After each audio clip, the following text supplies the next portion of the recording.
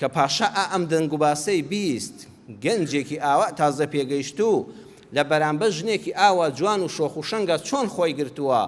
چی پلانێکی بۆ دانراوە و زیندانی کراوە بە ناحەق قال الملك ائتوني به استخلصه لنفسي سەیری وردی قورئان کەن بەڕێزان کە قورئانتان خوێندەوە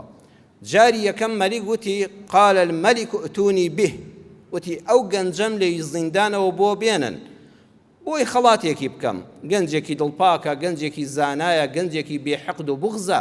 حیفە گەنجی ئەوا لە زیندانا بێ خەڵاتێکی دەکەین و دەڕوا بەڵام ئەم جارە ناڵێ قال الملك ائتوني به استخلصه لنفسي ئەو گەنجە دەبێت تایبەت بێ بە خۆمەوە لە بارەگەی تایبەتی خۆمدا بێ لە نزیکانی خۆمدا بێ یوسف ئەم جارە کە پاچی بۆ هەموو خەڵک دەرکەوت مانیعی نەبوو ئەم جاوتی بەڵێ دێم ئەچوو بۆ لای پاشا فلما كلمه کاتێ پاشا گفتوگۆی لەگەڵ یوسفا کرد لە گفتوگۆ لەگەڵ هەر ئینسانێکە ڕاستەقینەی ئەو مرۆڤەت بۆ دەردەکەوێت یەکەم جارە پاشای میسر یوسف بەرەو ڕوو ببینێ و قسەی لێ ببیستێ لە کاتی قسەکردنا بۆی دەرکەوت چەندە کەسێکی بە نەزاکەت و چەندە نەجابەت و حکمت و لێزانی و دامەزراوی لەم یوسفەدا هەیە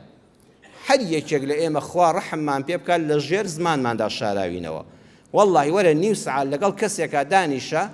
یەکسەر بۆ دەردەکەوێت چەندە پاکە هەر وشەکانی ڕێزیان لێ دەبارێ دوو لە ڕووی جەنابتان یەک بە یەکتان ئینسانی وا هەیە باسی چی خراپی جەستەی ئافەتیشت بۆ دەکات لە ناو قسەکانیدا شەرم ناکە هەر یەکسەر بۆ دەردەکەوێت ئینسان چەند بە حیا و حرمەتە لە قسەیدا دەردەکەوێت لە زمانیا دەردەکەوێت چەندە ڕێز لە خەڵک دەگرێت قەد وشەی بێڕێزی بەرامبەر بەکار ناهێنێ بۆ دەردەکەوێت چەندە ئینسانێکی عالمە زانایە لە قسەکردنە بۆ دەردەکەوێت چەندە حەکیم و دانایە قسە لە شوێنی خۆیدا دەکا بۆ دەردەکەوێت چەندە ئینسانێکی خۆڕاگر و دامەزراوە فلما كلمه لە قسەکردنا